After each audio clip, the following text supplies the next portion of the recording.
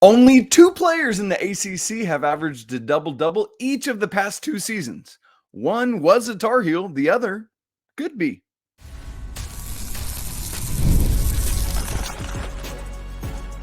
You are Locked On Tar Heels, your daily podcast on the UNC Tar Heels. Part of the Locked On Podcast Network, your team every day. Hey there, what's up? It's Friday, April 26, 2024. Welcome into the Locked On Tar Heels podcast, the only daily North Carolina show out there.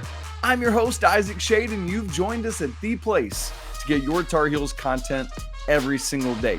Want to thank you for making us your first listen or watch. Big shout out to all of you everydayers out there, as well as all the members of the Locked On Tar Heels Discord community. This thing is growing like wildfire. Come for the Tar Heels, stay for the community. The link for that is in the show notes. It's free to join.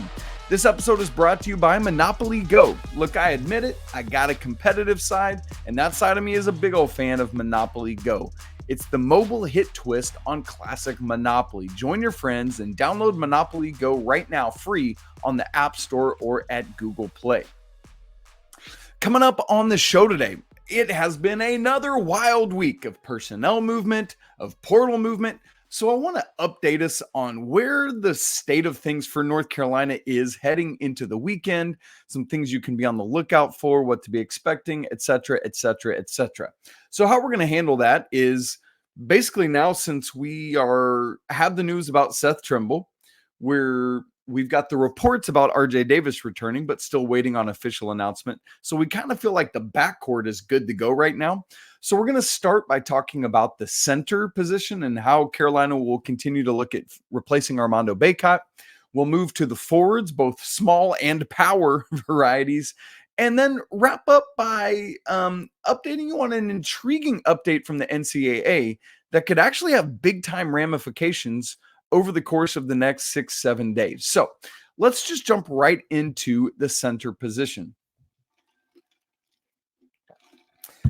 by discussing a recent opponent Carolina has had the last two seasons. And that is no other than Miami's Norchad Omier. On Thursday, both he and his teammate Wooga Poplar, whom I wouldn't mind having if Carolina had a need there. Honestly, they kind of could. He's 6'5". Yeah, we'll think about that. But for now, I'm actually talking about Norchad Omier, who played 2 years at Arkansas State and then has finished the last 2 years at Miami.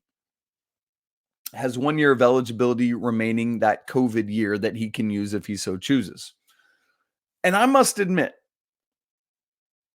in his first year at Miami, I severely underestimated him. I remember as Carolina was getting ready to play Miami, I was doing a preview show, and I basically said, what's this guy going to have for Armando Bacot? Miami starts this 6'7" dude at the 5. Come on, what are we talking about here? Hand up, I underestimated just what a linebacker Norchad Omier is. I thought he was too small. I thought he couldn't handle it. But boy, was I dead wrong. This dude is an absolute load in the interior, has been the anchor of Jim Laranaga's crew for the last 2 years. I know things didn't go well at all this year for Miami, but the year before, he was their starting center on that Final Four run that they had. And so, I mean, really, really good stuff there. So I guess in the words of Shaq, I should say, Norchad, I owe you an apology. I wasn't familiar with your game. And so, look, I said it in the cold open. The past 2 years in the ACC, there were only two players who have averaged a double-double in both those seasons. One of them is Armando Bacot. The other is Norchad Omier. Literally the only other player in the conference that has averaged a double-double in either of those two seasons is Jesse Edwards from Syracuse 2 years ago, who's now at West Virginia. That's it. 5 total times in the past 2 years, an ACC player's averaged a double-double. 2 are Bacot and 2 are Norchad Omier. So, I mean, that's a dude that could come in and do in a different way a lot of what Armando had been doing. Some of our good folks in the Locked On Tar Heels Discord chat had some really interesting conversation about this on Thursday afternoon after he went into the portal of saying, could you envision a world where Norchad Omier comes in and plays the 4? And, you've got like a Jalen Washington or one of the other bigs Carolina's pursuing at the 5. I could potentially see that. I think now that I've thought about it even more, some of what makes what he does so special is that he's allowed to operate on an island, basically. I think that's where he would be at his best, maybe not in mixed company with a bigger 5. So that's where I would say. Now, to be honest, as I think about what Carolina has on their roster, the things that they need, I don't know if he is the right fit for the Tar Heels. But man, he is a good and unique player, and I'd say it's worth at least a call. It's worth at least investigating. But I will also say there are rumblings almost immediately that he's going to go to St. John's with Rick Pitino. So we'll keep an eye on that. There was also somebody had mentioned to me they saw that he had a do not contact designation on his transfer portal entry.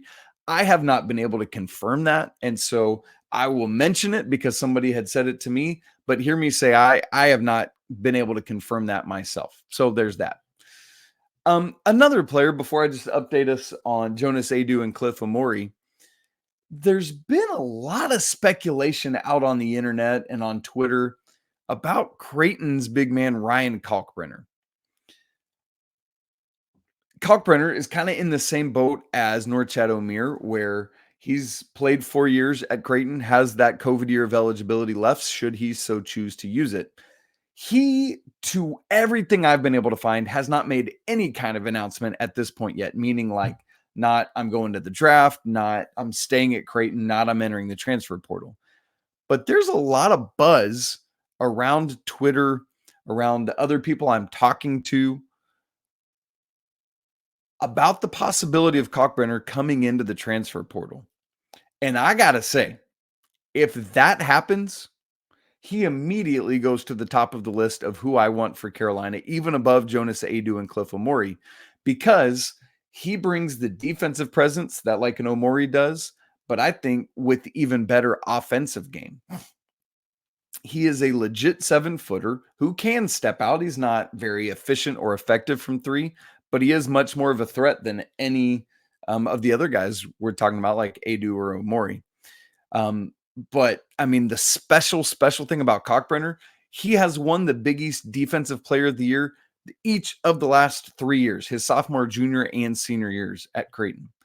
And oh, by the way, this last year, 17.3 points a game, 7.6 rebounds, 3.1 blocks. Yes, more than 3 blocks a game he averaged last year. He shoots 70.5% from 2 last year, and he's a 72% free throw shooter for his career. Like that, you'll take that. Absolutely, you'll take that. And again, not a great 3-point shooter, but at least a threat. So again, he could stay at Creighton, he could go to the draft, but he could enter the portal, and there's been noise for that. So I at least want to mention it.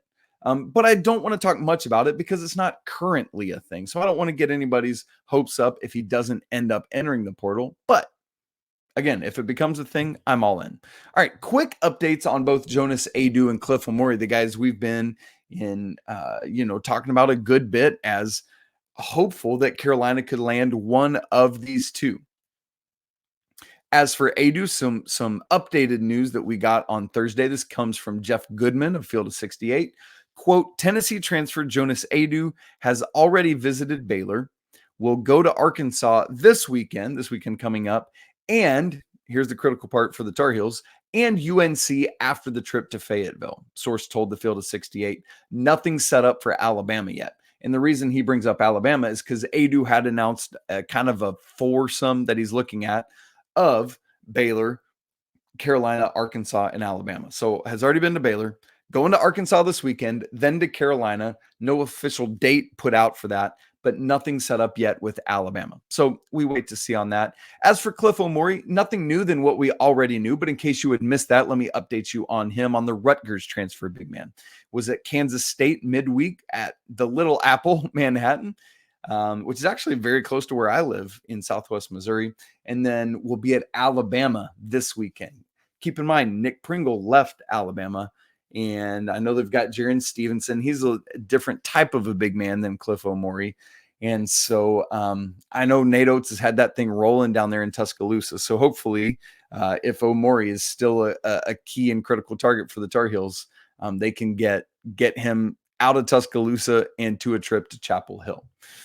So there's kind of the updates for you. Omier, Kalkbrenner, maybe, and Aidoo and Cliff Omoruyi. Now, want to move from talking about the centers to the forwards, both small forward and power forward. Why haven't we heard Cade Tyson noise? And was there some sort of lunch meeting that looked like it was a Lonely Island lunch meeting with Adou Theiro and some of the Carolina coaching staff? Looks like it. We'll talk about all that in just a second. Right after I tell you about eBay Motors. Passion, drive, patience. What brings home the winning trophy is also what keeps your ride or die alive. eBay Motors has everything you need to maintain your vehicle and level it up to peak performance. From superchargers to roof racks, exhaust kits to LED headlights, and more. Whether you're into speed or power or style, eBay Motors has got you covered. With over 122 million parts for your number one ride or die, you'll always find exactly what you're looking for. And with eBay Guaranteed Fit, your part is guaranteed to fit your ride every single time, or your money back. Why? Because with eBay Motors, you're burning rubber, not cash. With all the parts you need at the prices you want, it's easy to turn your car into the MVP and bring home that win. Keep your ride or die alive at ebaymotors.com. Eligible items only, exclusions apply. eBay Guaranteed Fit only available to U.S. customers. A couple updates to discuss now at the forward position. Let's start with power forward, where we know that Harrison Ingram is off to the NBA. Again, as we talked about earlier this week, in case you missed it, the update is that he has maintained his collegiate eligibility, although we don't expect him to come back, but just to say that the door is open, if only slightly ajar. But the player that we have been talking about for a while now that Carolina is pursuing, and we expect pursuing for the specific purpose of replacing Harrison Ingram, is Kentucky transfer Adou Theiro. Thiero is coming off his sophomore year, so he's got 2 years of eligibility. His class does not have COVID eligibility. That will be done and gone after the RJ Davis class. Here's what's interesting about this situation with Thiero. And as a reminder, his final 5 are staying at Kentucky, going to Arkansas to join John Calipari, going to Indiana or Carolina or Pittsburgh. From everything I'm being told, from everything I've seen, from all the research I've done, it's down to the Tar Heels and Pittsburgh. Why Pittsburgh? A lot of people may ask, well, that's kind of like homeland for him. And so it makes a ton of sense in this day and age. A lot of guys, when they transfer after an initial stop, they're looking to get closer to home. So we cannot discount that in any way.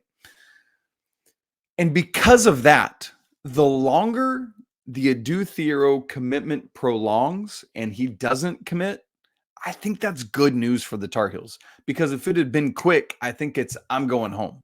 And so the fact that it's being drawn out is a good thing to me. Now, things took kind of a funny turn with his recruitment on Thursday, which how different must recruiting just be like with transfers? Because an in-home visit, as Coach Davis has been doing and doing a great job of, I love it, by the way, just looks different. Like, I mean, you might be able to go to the young man's home, but you're probably going to his off-campus house or his dorm room or meeting him at a restaurant, which was the case on Thursday. So I started noticing, obviously, if you're not aware, the Kentucky fan base is bonkers, and in a good way, but they're extremely fanatical, sometimes to paparazzi-ish levels. So one of their big media affiliates is KSR, Kentucky Sports Radio, was started by a guy named Matt Jones. And so somebody texted pictures to Matt Jones on Thursday of Coach Davis outside a restaurant on his cell phone. And so Matt Jones puts that out there on Twitter. You can go find it and see it. And it's just Coach Davis standing outside on his phone. But then later on Thursday afternoon, this weird, awkward picture starts circulating from this restaurant, which had been named, by the way, kind of similar to when Scott Drew was at that restaurant, that Mexican restaurant in Baylor, when everyone thought he might be going to be the head coach at Kentucky. And so this picture is of an empty room that looks to be some part of a restaurant. And at one lonely table in this lonely room are 5 men. One of them is Adou Theiro. The other 4 are Hubert Davis, assistant coach Brad Frederick, assistant coach Sean May, and assistant coach, Jeff Lebo. They're meeting with Adou Theiro. So, is it some abandoned restaurant? I doubt. What my guess is that it's like a wing of the restaurant that's reserved for like parties or closed events or something like that, where they just gave them space to be able to talk privately. Now, we at this point don't know what has come of that conversation. We do know that Inside Carolina confirmed an in-home visit with Adou Theiro, and that's happening, on Thursday, and not sure how long for the weekend. And so that is good news that Hubert Davis is there. I mean, we know what a great recruiter he's been, and so I love to hear this and see this. I love that they're continuing to show him how important he is to what they think they want to do.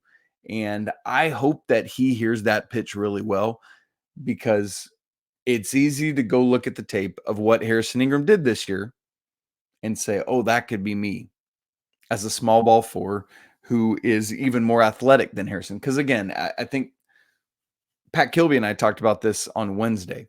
He Adou Theiro, which, by the way, it'd be hilarious if Carolina got Jonas, Aidoo, and Adou Theiro. I mean, that just plays itself, right? But that he is a different player than Harrison Ingram, but could do a lot of the intangibles like Harrison Ingram did, maybe in a different way. So I'm still very much all in on Adou Theiro and very interested to get updates on how that meal went and how the trip has gone, and if Thiero will ultimately come to North Carolina or go to Pittsburgh or one of those other 3. Let's not completely rule that out.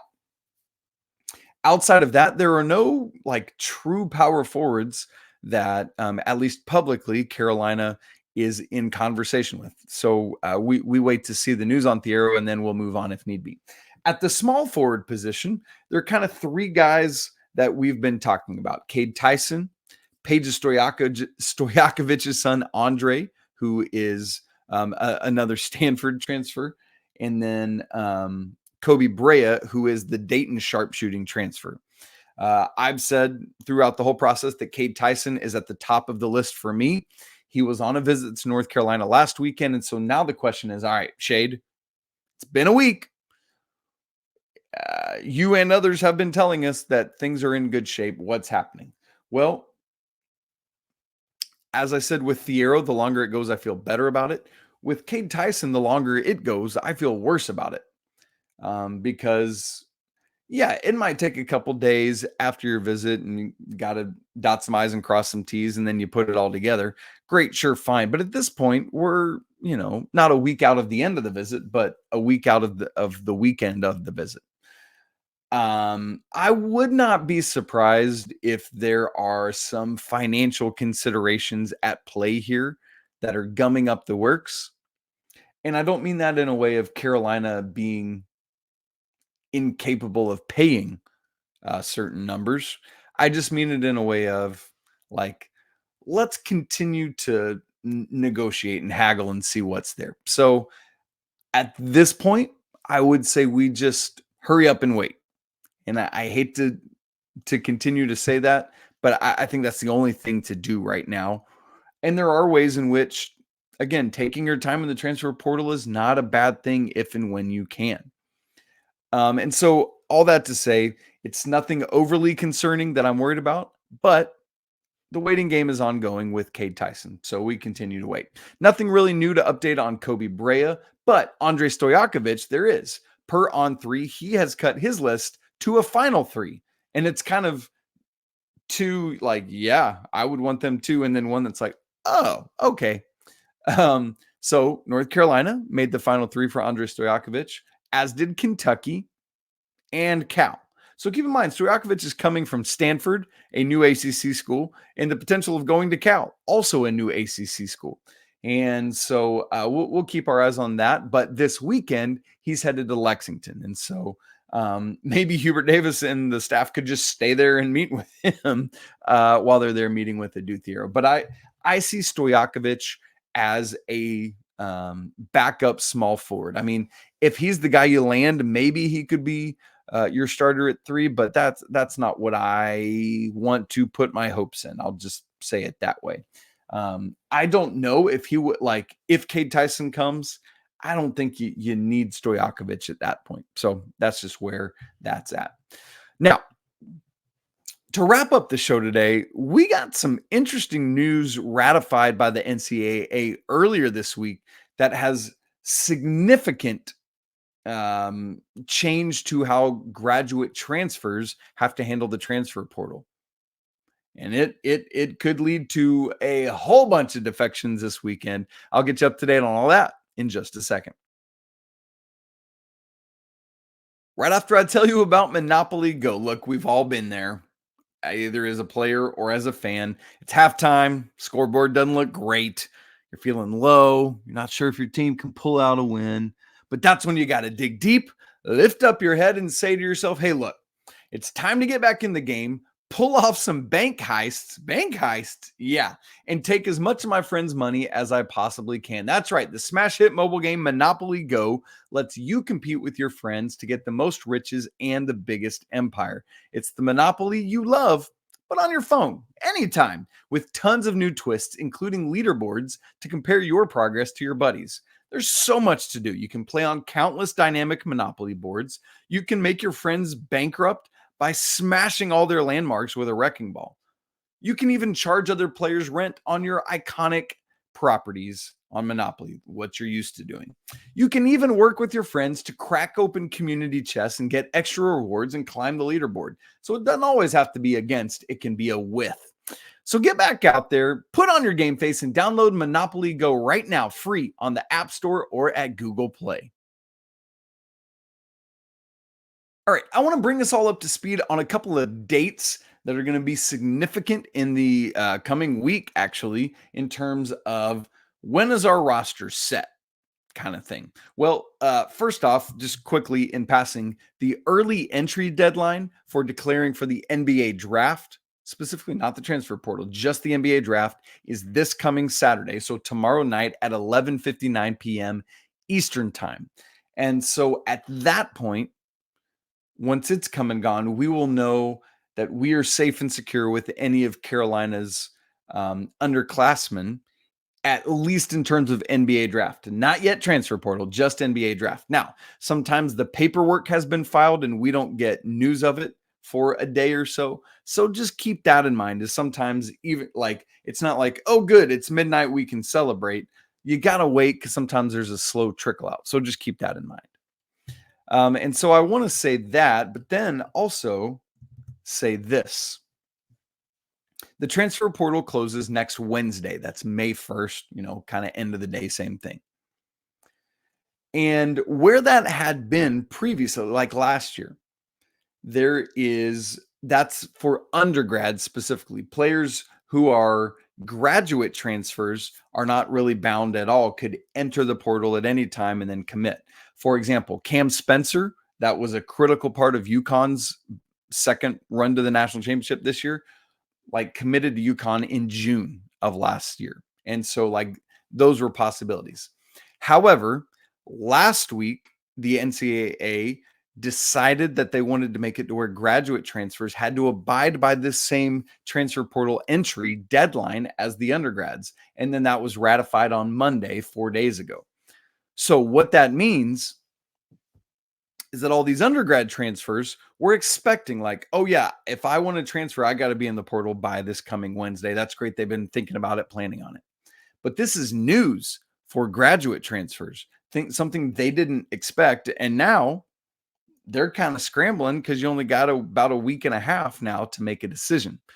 So what does that mean? Two things for me. Number one, with other teams, I expect now that news is out, that this weekend in the early part of next week leading up to the transfer portal deadline, we are going to see kind of another flood of people enter the transfer portal. I don't know how big that flood's going to be, but I do expect more because of this news, and right up through Wednesday, quite frankly. And then the same thing is true.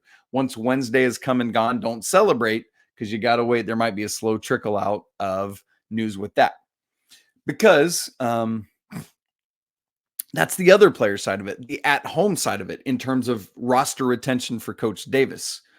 With us being now less than a week away from the closing of the portal, that's good to be aware of. But there are multiple examples of players entering the transfer portal at the very last minute. If my memory serves me correctly, Kerwin Walton is a great example of this. Yes, that's right, because it was because of him going into the transfer portal that Carolina was able to go out and get Pete Nance when he pulled out of the NBA draft. So I say that to say, unfortunately, while you can assume after Saturday that players aren't early entering into the NBA draft, until the transfer portal deadline has come and gone on Wednesday, the same is true. However, once that has happened, and once we get to about Thursday and everything's had time to clear and the trickle out has finished, at that point, so just about a week from now, a little less than a week from now, you can know that you're safe. The guys on this roster are the guys on this roster. No one else is going to transfer out. No one else can declare for the draft. However, I guess I should say that guys could technically still enter the transfer portal, but the difference is they would not be able to play immediately. They would have to sit out a year as the old rule was. So nobody's going to do that, right? Another thing is this won't apply to North Carolina, but with programs who have experienced a coaching change, they have 30 days to enter the portal for when their coach left. So, like Kentucky players, BYU players have an opportunity, although with Kentucky players, they're all gone already now anyway. So there is that. Also keep in mind now that the NCAA had enacted multi-time transfer. And so like Tez Walker would have no problems now, frustratingly so. But that's everywhere. So just keep that in mind. All right. A couple last just updates before we get out of here. Drake May went 3rd overall, unfortunately, to the Patriots, who a lot of people think is just a bad landing spot for him because the Patriots just aren't operating very well, don't have many weapons or an offensive line. And so it's kind of a bummer that he didn't either go to the Commanders or that the Vikings or somebody else was able to trade up to get him from the Patriots, but the Patriots weren't having it, apparently, is everything I've heard. So there's that. A couple quick things for the weekend whip around to let you know. Not as much action going on this weekend. Tennis has the weekend off before they start other stuff. Same with golf. But baseball is hosting Virginia Tech, a critical series there. Friday at 6, Saturday at 2, Sunday at 1, all on ACC Network Extra. Softball is at number 16, Florida State. Friday at 6, ACC Network Extra, Saturday at 4, ESPNU, and Sunday at noon back on ACC Network Extra. Men's lacrosse wraps up their regular season on Saturday at noon, hosting Duke. That's on ACC Network. Make sure to check it out. Track is at the Charlotte Invitational and the Virginia High Performance this weekend. So there is all that information. So obviously we'll recap all that on Monday's show, along with anything that happens in the transfer portal this weekend. As a reminder, I'm gone to Arizona this weekend. I'm going to try to take this mic with me. I don't even know if you can see my mic, my traveling mic there. You kind of see it if you're watching on YouTube. I'm going to try to get it into my backpack just in case something breaks. I'm not going to have much time, but if I can just squirrel away for even 10 minutes and give you guys some updates if things happen, I would love to be able to do that. So just want to update you kind of on my plans for the weekend. Just sometimes even I got to unplug and get away. You guys understand that, I know. But thank you for always being with us, man. It means the world to me. I cannot tell you that enough. If you're not already subscribed to the show, it's super easy to do so on both audio and video. On YouTube, you just hit the little subscribe button down there. Audio, just search Locked On Tar Heels on your favorite podcast platform and just hit subscribe and subscribe to all of them. By the way, on YouTube, though, there's the little bell. Hit that bell. That way you get notifications when I do go live so that you know, like, oh, there's news, Isaac's live, boom, I got to tap in. If you're not part of the Locked On Tar Heels Discord community, where we're also talking about all these breaking stories and things like that, come join us. We'd love to have you. The link is in the show notes and it's free to join.